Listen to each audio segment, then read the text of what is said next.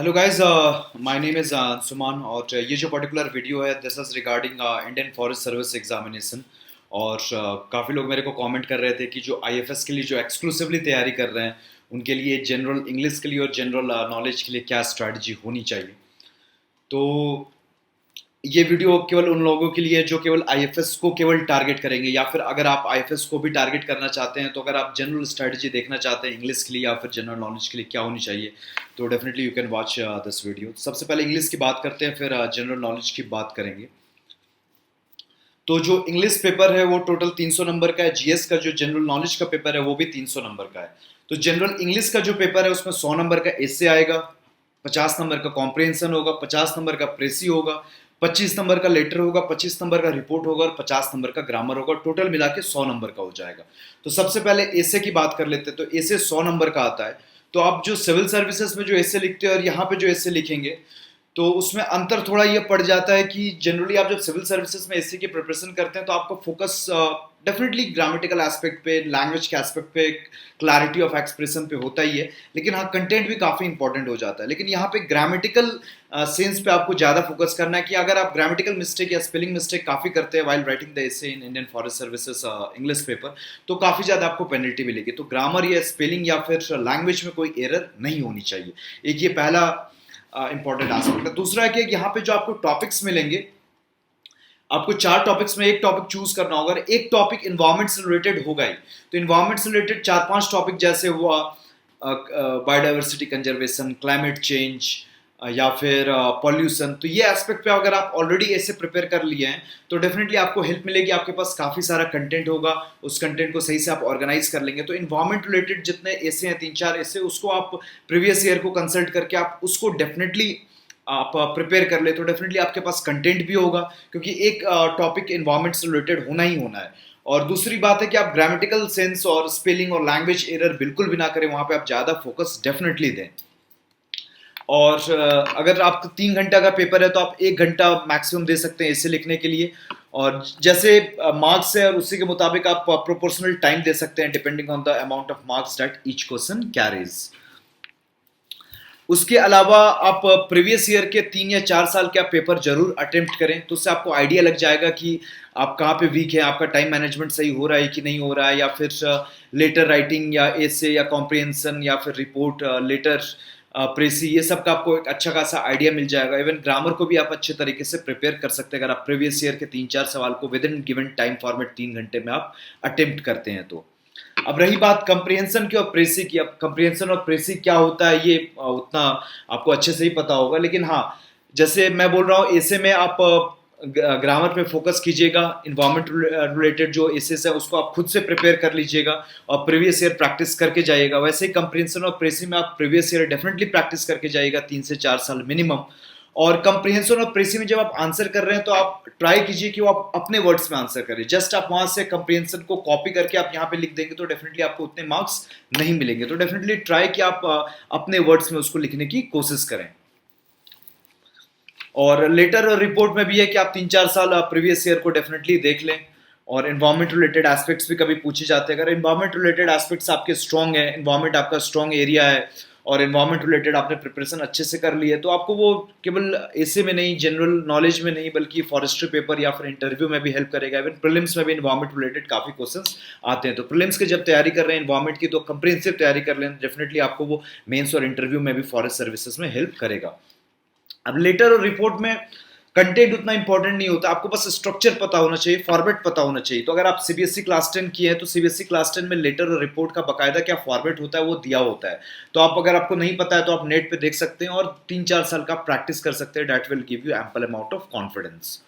अब रही बात ग्रामर की, तो ग्रामर में क्या क्या पूछा जाता है। 10 नंबर का एरर करेक्शन होता है, 10 नंबर का इडियम फ्रेज होता है, 10 नंबर का सेंटेंस ट्रांसफॉर्मेशन होता है, 10 नंबर का सिमिलर टाइप के वर्ड्स होते हैं जिनका स्पेलिंग डिफरेंट होता है बट प्रोनाउंसिएशन सेम होता है, तो उनसे आपको सेंटेंस बनाना होता है। और 10 मार्क्स का होता है नाउन टू एडजेक्टिव कन्वर्जन और एडजेक्टिव टू नाउन कन्वर्जन। तो आप यहाँ पे प्रीवियस ईयर प्रैक्टिस करके जाएंगे तो डेफिनेटली आपको हेल्प मिलेगी। तो आपको क्या क्या पूछा जाना है, कुछ कुछ सवाल ग्रामर में रिपीट भी हो जाता है। अब एरर करेक्शन से रिलेटेड, बेसिक ग्रामर से रिलेटेड, आइडियम फ्रेज से रिलेटेड, सेंटेंस ट्रांसफॉर्मेशन से रिलेटेड, सिमिलर वर्ड्स में सेंटेंस फॉर्मेशन से रिलेटेड आपको किसी भी ग्रामर की बुक में मिल जाएगी। तो आप कोई सी भी एक ग्रामर की बुक खरीदें और उनमें से ये सारे चैप्टर्स को पढ़ लें। सेंटेंस करेक्शन हो गया, तो डिफरेंट ग्रामर के एस्पेक्ट्स हो गए, right from noun to verb to pronoun to modals to pronunciation conjunction. तो आपको यहाँ एरर करेक्शन सही हो जाएगा। आइडियम्स और फ्रेज आप 300 से 400 प्रिपेयर कर ले।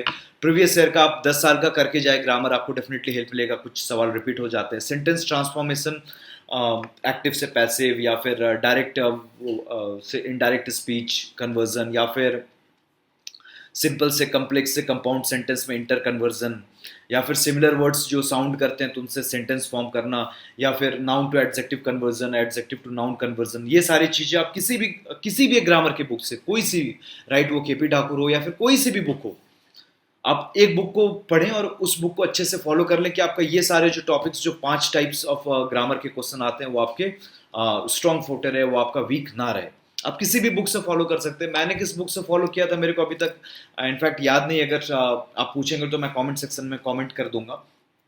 एक बुक से कर ले। तो ग्रामर में क्या है कि 5 एरियाज जो आपको पूछे जाते हैं वो मैंने आपको बता दिया। किसी एक बुक से करना है, अच्छे से कर लेना है। ग्रामर लगभग 100% स्कोरिंग होता है और साथ में आपको 10 साल के ग्रामर में एटलीस्ट 10 साल के प्रीवियस ईयर क्वेश्चन पेपर को सॉल्व करके जाना है। अब ये पूरा अगर आप डेली अगर 10 घंटे पढ़ते हैं तो आपका पूरा इंग्लिश मुश्किल से मुश्किल 5 से 6 दिन में हो जाएगा, या बहुत हो गया हफ्ता भर में आपके काफ़ी अच्छा एक स्ट्रॉन्ग कमांड हो जाएगा। लेकिन हाँ, ऐसा है कि अगर आप 7 दिन अच्छे से देते हैं तो आपके मार्क्स काफ़ी अच्छे आ सकते हैं, लेकिन वो नहीं देते हैं तो फिर आपके मार्क्स 130 के आसपास ही रह जाएंगे, जो एवरेज स्कोर है या फिर बिलो एवरेज स्कोर ही मैं बोलूँगा। मेरे इंग्लिश में मार्क्स 2017 वाले अटेम्प्ट में 170 के आसपास थे, 140 के आसपास थे 2018 वाले अटेम्प्ट में, जिसमें मेरी सिलेक्शन हुई थी। अब 30 नंबर कम हो गए थे। थोड़ा इंग्लिश का पेपर टफ भी था और थोड़ा मेरे को लगता है कि मैंने ऐसे में टॉपिक गलत चूज़ किया। मेरे को सही टॉपिक चूज़ करना था। जो भी टॉपिक मैं चूज़ किया वहाँ पे कंटेंट उतना आ नहीं रहा था। मेरे को बाद में लगा कि मैं गलत टॉपिक चूज़ कर लिया हूँ, तो एक वहाँ पे डेफिनेटली एस्पेक्ट रहा। और दूसरा एक थोड़ा वो लेजीनेस पे आ गई थी कि एक बार इंग्लिश में अच्छे मार्क्स आ गए तो अगले बार भी आएंगे ही, तो शायद उतनी मेहनत नहीं किया था, उतने अच्छे से रिवीजन नहीं किया था, 2 दिन ही पढ़ा था बकायदा इंग्लिश, तो एक डेफिनेटली वो भी एस्पेक्ट रहा ही था। तो आपको यहाँ पे लेजीनेस नहीं शो करनी है कि आपको ये नहीं लेके चलना है कि आपका इंग्लिश स्ट्रॉन्ग है तो आपके अच्छे नंबर आ जाएंगे। आपके नंबर 130 140 तो ऐसे ही आ जाएंगे अगर आपकी इंग्लिश अच्छी है, लेकिन अगर एक हफ्ता भी मेहनत कर लेते तो वो 160 170 भी जा सकता है। तो डेफिनेटली यहाँ पे कम टाइम लगेगा, लेकिन वो टाइम देना जरूरी है क्योंकि आपके मार्क्स बूस्टअप हो जाएंगे। अब बात कर लेते हैं जनरल नॉलेज की। जनरल नॉलेज भी 300 नंबर का होता है। इसमें 140 के आसपास स्कोर अगर आ रहा है तो अच्छा स्कोर है। मैं 2019 में कैसे मार्किंग हुई मेरे को नहीं पता, लेकिन 2018 के मुताबिक 130 140 का स्कोर काफ़ी अच्छा स्कोर था, काफ़ी अच्छा स्कोर था। 130 प्लस मुश्किल से 5 से 7 लोग ही होंगे पूरे सर्विसेज में। तो 300 नंबर का ये जनरल नॉलेज का पेपर होता है। 50 number history, 50 number geography, 50 number polity, 50 economy, 50 science and technology, 50 environment. अभी 2017 तक जो पेपर होता क्या था कि 300 नंबर का टोटल पेपर होता था। 30 सवाल पूछे जाते थे, सब 10 नंबर के होते थे। तो 10 नंबर के सवाल होते थे तो आपको 180 मिनट में 30 सवाल करना है, डेट मीन्स 6 मिनट में करना है। तो 6 मिनट में आपको 10 नंबर का एक सवाल करना है और 10 नंबर के एक सवाल के लिए आपको एक पन्ना दिया होता था। तो इफेक्टिवली आपको 6 मिनट में एक पन्ना भरना है। आप सिविल सर्विसेज से कंपेयर करेंगे तो 6 मिनट में एक पन्ना भरना काफ़ी आसान काम है। कोई टीडियस जॉब नहीं है कि आपको टाइम मैनेजमेंट की विशेष जरूरत पड़ेगी। लेकिन हाँ, जिनका सवाल अगर छूटता है तो सवाल बिल्कुल भी नहीं छूटना चाहिए। तो 2017 तक क्या था कि अब 6 मिनट में 10 नंबर के सवाल के लिए आपको एक पेपर भरना है, तो आपको पेपर ज्यादा नहीं भरना था। तो आपको टू द पॉइंट आंसर लिखना था कि इंट्रोडक्शन एक लाइन का, डायरेक्टली आपको आर्टिकल लिखने, अगर पॉलिटिक का सवाल है तो डायरेक्टली आपको आर्टिकल लिखने, सुप्रीम कोर्ट के केसेस लिखने, डायरेक्टली आपको कीवर्ड लिखना है। ज्यादा आपको एक्सप्लेन करने का स्कोप वहां पे नहीं था। टू द पॉइंट आपको आंसर लिखना है। एक लाइन में आपका एक पॉइंट होना चाहिए। जबरदस्ती 2-3 सेंटेंस में आप एक पॉइंट बना रहे हो तो उसका काम यहाँ पे आपका नहीं चलेगा, क्योंकि आपको टू द पॉइंट बात करनी है। तो आप टू द पॉइंट, अगर आपको ज्यादा पॉइंट लिखना है तो आप टू द पॉइंट तभी हो पाओगे जब आप एक सेंटेंस पे एक पॉइंट कंप्लीट करोगे, कीवर्ड को यूज करके, और डायरेक्टली जो आपको लिखना है डायरेक्टली लिखोगे। सिविल सर्विसेज में क्या होता है कि जबरदस्ती 15 नंबर का सवाल है, 3 पन्ने दिए गए हैं, आपको आता 2-2.5 पन्ने का ही है, तो जबरदस्ती आप डायग्राम बना रहे हैं, इंट्रोडक्शन बड़ा लिख रहे हैं, कंक्लूजन बड़ा लिख रहे हैं, सबटाइटल बना रहे हैं, कुछ जो चीज़ नहीं भी पूछी है लेकिन टेंजेंशियल कंटेंट है वो भी आप डाल रहे हैं। तो ये सिविल सर्विसेज में करना पड़ता था। लेकिन फॉरेस्ट सर्विसेज 2017 तक में क्या था, आपको टू द पॉइंट लिखना पड़ता था। लेकिन 2018 2019 का ऐसा पेपर आ रहा है कि वहाँ पे आपको पेजेस ज़्यादा दिए होते हैं। कुछ 10 नंबर का सवाल होता है, कुछ 15 नंबर का सवाल होता है, 2-2 पन्ने दिए होते हैं, 2 या 3 पन्ने दिए होते हैं। तो अब रफली जो फॉरेस्ट सर्विसेज का जनरल नॉलेज का पेपर है वो सिविल सर्विसेज का टाइप का ही बन गया है। सिविल सर्विसेज के टाइप का इन द सेंस कि आपको एक्सप्लेन करना होगा, थोड़ा लंबा लिखना होगा, इंट्रोडक्शन कंक्लूजन लिखना होगा, अब टू द पॉइंट वाला एस्पेक्ट नहीं रहा, आपको कुछ जबरदस्ती लंबा खींचना पड़ेगा, जबरदस्ती का डायग्राम बनाना पड़ेगा। तो अब फॉरेस्ट सर्विसेज में 2018 और 19 का ऐसा पेपर है कि आपको थोड़ा लंबा खींचना पड़ेगा, टू द पॉइंट वाली बात नहीं रही जो 2017 के इंडियन फॉरेस्ट सर्विसेज के जीके में हुआ करती थी तब तक। और एक गलती इसमें क्या होती है कि स्टार्ट होता है हिस्ट्री से ये जीके का पेपर, तो आपका हिस्ट्री वीक नहीं होना चाहिए। इनफैक्ट आपका हिस्ट्री वीक भी नहीं होगा, लेकिन दिक्कत क्या होती है कि आपको हिस्ट्री को एंड में नहीं अटेम्प्ट करना है। एंड में अटेम्प्ट करोगे पहला क्वेश्चन तो होगा क्या कि वो क्वेश्चन शायद आप अच्छे से अटेम्प्ट नहीं कर पाओगे, तो उसमें तो कम मार्क्स मिल रहे हैं। लेकिन जब क्वेश्चन चेकर जब आंसर चेकर जब चेक करेगा तो आपका हिस्ट्री आपका देखा कि उतना अच्छा नहीं है, तो उसके चलते ज्योग्राफी भले आपने अच्छा आंसर भी लिखा हो तो आपको जितना आप डिजर्व करते हो उससे थोड़ा कम ही नंबर मिल जाएगा, क्योंकि एक वो हैंगओवर होता है कि आपने स्टार्टिंग में अच्छा आंसर नहीं लिखा तो वो मान चुका होगा कि आपकी कॉपी अच्छी नहीं है, और थ्रू आउट द कॉपी वो उसी एटीट्यूड से चेक कर देगा कि एज इफ कि आपकी कॉपी अच्छी नहीं है, भले आपके बाद के आंसर्स काफी अच्छे भी हो। तो स्टार्ट होता है हिस्ट्री से, तो आप सबसे पहले हिस्ट्री को अटेम्प्ट करें और उसको काफी अच्छे से अटेम्प्ट करें। मैं ये नहीं कर रहा हूँ कि आप ज्यादा टाइम दे दें, उतना ही टाइम दें, लेकिन अच्छे से अटेम्प्ट करें, क्योंकि आपका हिस्ट्री सेक्शन में अगर आप स्टार्टिंग में अटेम्प्ट कर रहे हो तो हिस्ट्री में अच्छे नंबर मिलेंगे ही, आपका स्ट्रॉन्ग एरिया है तो डेफिनेटली अच्छे नंबर मिलेंगे ही। और हिस्ट्री अच्छे से अटेम्प्ट कर लिए तो आपका ज्योग्राफी, पॉलिटी, इकोनॉमी उसके बाद चेक होगा, तो डेफिनेटली आपका हिस्ट्री अच्छा है तो एक पॉजिटिव एटीट्यूड के साथ एग्जामिनर फिर आपकी कॉपी चेक करेगा। तो हिस्ट्री आपका अच्छा है तो उसके चलते जो ज्योग्राफी और पॉलिटी में जो आपको मार्क्स मिलने चाहिए, आपको जितना मिलते हैं उससे थोड़ा आधा एक नंबर ज्यादा मिल सकता है, ओवरऑल पेपर में आपके 5 नंबर बढ़ सकते हैं। तो हिस्ट्री वाला जो सेक्शन है जो सबसे पहले पूछा जाता है उसको अच्छे से अटेम्प्ट करना है, उसको बाद में करेंगे तो क्या होगा, अच्छे से अटेम्प्ट नहीं होगा, जिसके चलते क्या आपका हिस्ट्री को आप अच्छे से आंसर नहीं कर पाएंगे। लेकिन आप जो सेक्शन अच्छे से आंसर करेंगे वो एग्जामिनर बाद में चेक करेगा, जिसके चलते उसमें भी आपके थोड़े कम नंबर हो सकते हैं, क्योंकि वो हैंगओवर हो जाता है। स्टार्टिंग के क्वेश्चन आपने कैसा आंसर किया उसके मुताबिक आप एग्जामिनर आपके नेक्स्ट क्वेश्चन को भी चेक करता है, वो एटीट्यूड डेवलप हो जाता है ऐसा कि हाँ उतनी अच्छी कॉपी नहीं है, भले आपका आंसर अच्छा भी हो तो भी वो कम नंबर दे रहा है। क्यों? क्योंकि आपने शुरुआती जो आंसर लिखे हैं वो उतने अच्छे नहीं लिखे हैं। तो अब जैसा जो आईएफएस में जनरल नॉलेज का पेपर आ रहा है काफ़ी इलेबोरेट करना पड़ता है, तो वो आपको दिमाग में होना चाहिए।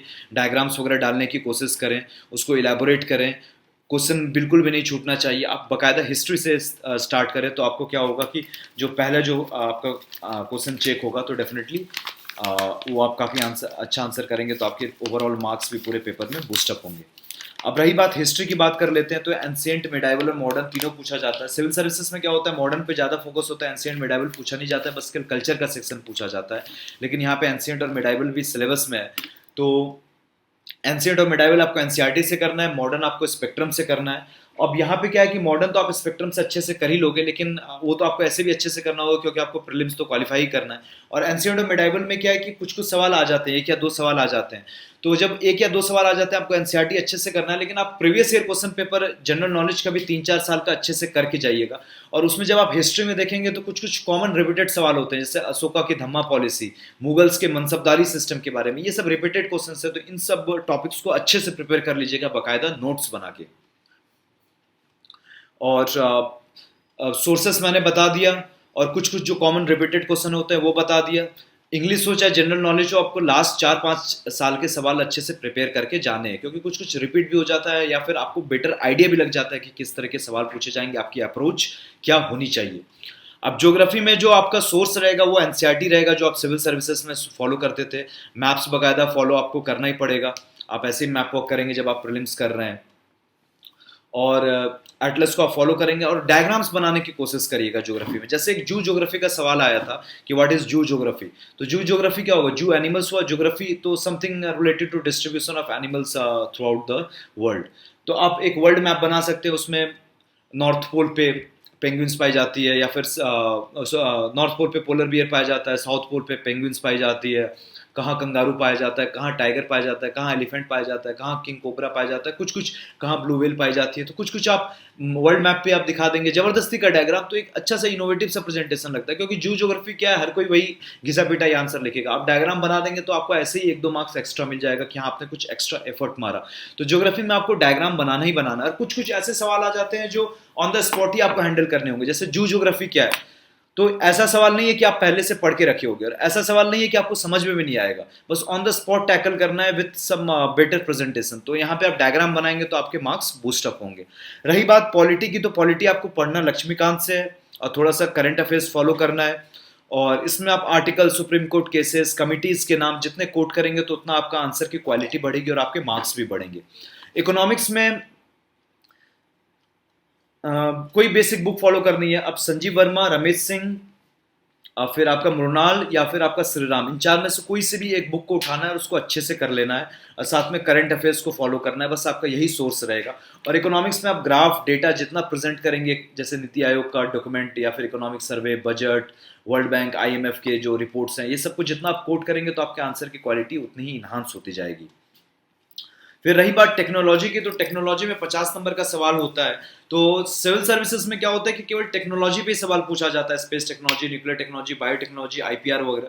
लेकिन यहाँ पे क्या है कि फिजिक्स, केमिस्ट्री, बायोलॉजी पे भी क्वेश्चन पूछ लेते हैं। तो जो नॉन साइंस बैकग्राउंड से है, जिनका 8, 9, 10 का साइंस उतना स्ट्रॉन्ग नहीं है, तो वो 8, 9, 10 की फिजिक्स, केमिस्ट्री, बायोलॉजी भी थोड़ा पढ़ सकते हैं। क्योंकि एक सवाल इनफैक्ट 2016 में आ गया था कि व्हाट आर द बेनिफिट्स या फिर what are the challenges of friction. तो फ्रिक्शन के बारे में आपको बेसिक आइडिया होना चाहिए।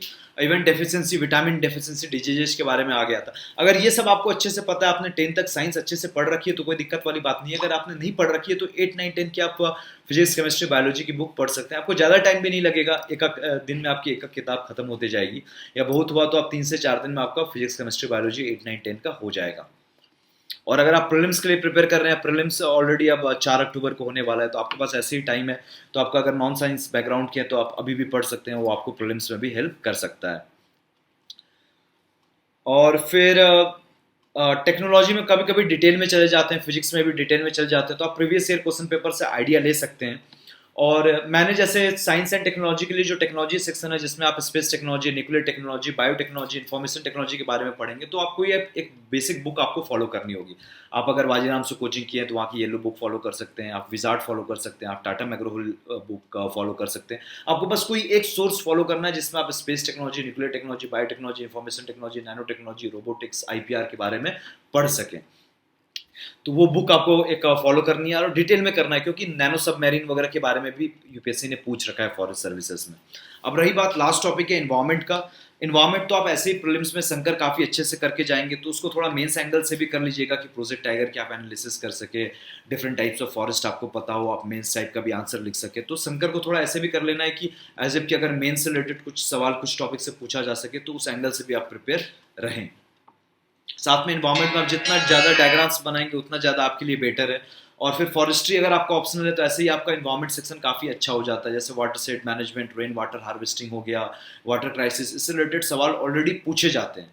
तो जब आप संकर कर रहे हैं प्रीलिम्स के लिए, तो उसी समय आप मेंस के एंगल से थोड़ा नोट्स भी बना ले bye referring previous year question paper of GK of for this environment section. तो आप फॉरेस्ट्री आपका अच्छा होगा तो डेफिनेटली वहाँ पे आपके मार्क्स बूस्टअप हो सकते हैं। सोर्स तो केवल संकर रहेगा, लेकिन हाँ मेंस के एंगल से भी करना है। आपको ऑप्शनल फॉरेस्ट्री है तो डेफिनेटली आपका इन्वायरमेंट का सेक्शन ऐसे ही अच्छा हो जाएगा, और साथ में आप डायग्राम जितना डालेंगे तो उतना अच्छा होगा।